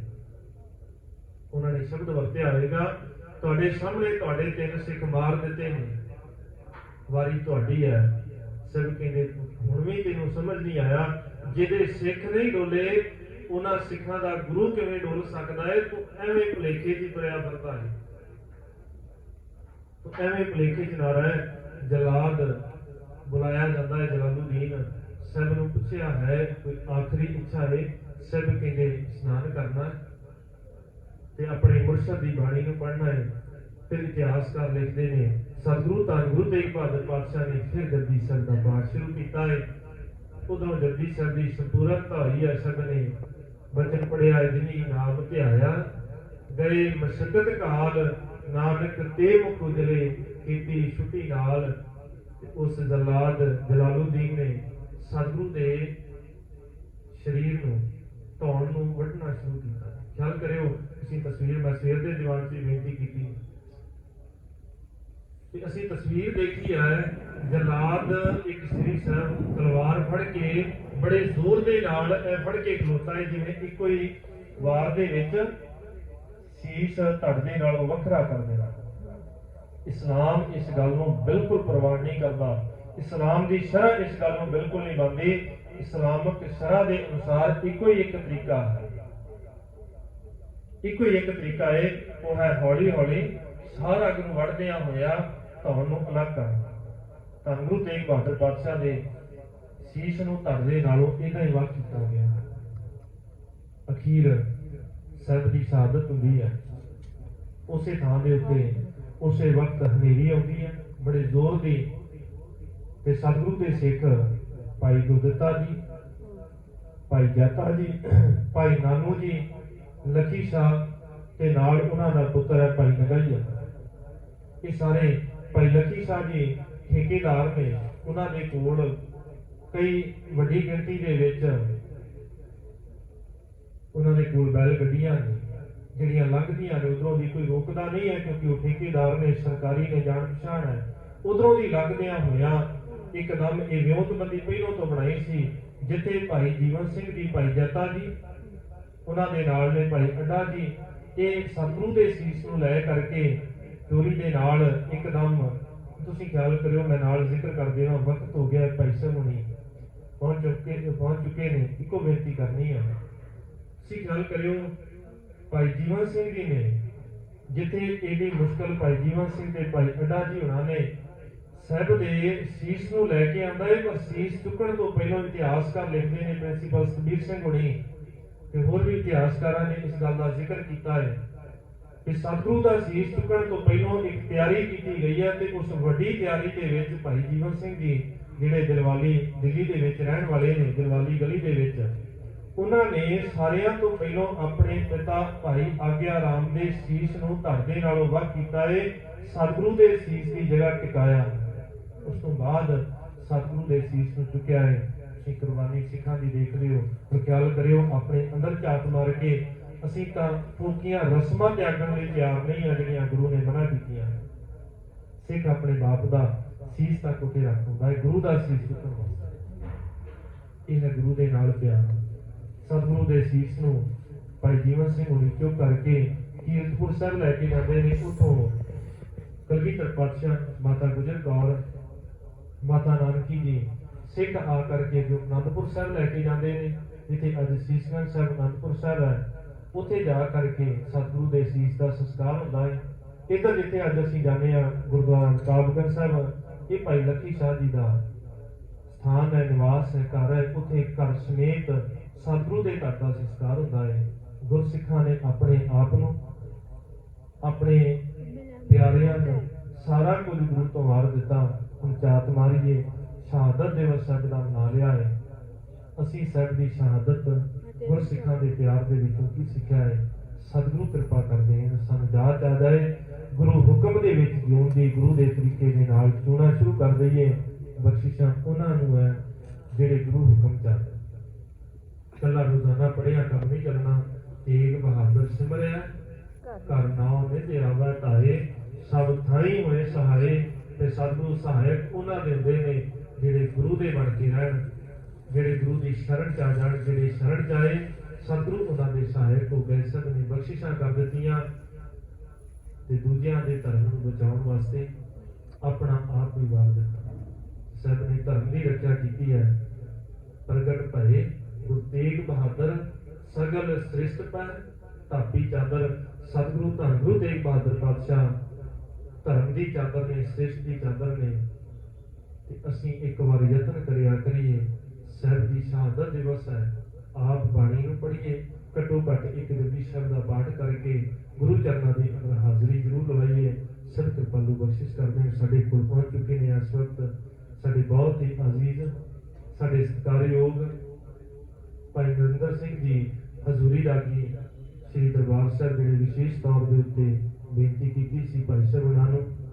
ਭਾਈ ਸਾਹਿਬ ਉਹਨਾਂ ਨੇ ਹਾਜ਼ਰੀ ਦਿੱਤੀ ਹੈ, ਸਮਾਂ ਦਿੱਤਾ ਹੈ, ਬੜਾ ਧੰਨਵਾਦ ਹੈ ਭਾਈ ਸਾਹਿਬ ਉਹਨਾਂ ਦਾ, ਸੰਗਤ ਦਾ ਧੰਨਵਾਦ ਹੈ। ਸਤਿਗੁਰੂ ਕਿਰਪਾ ਕਰਦੇ ਹਨ।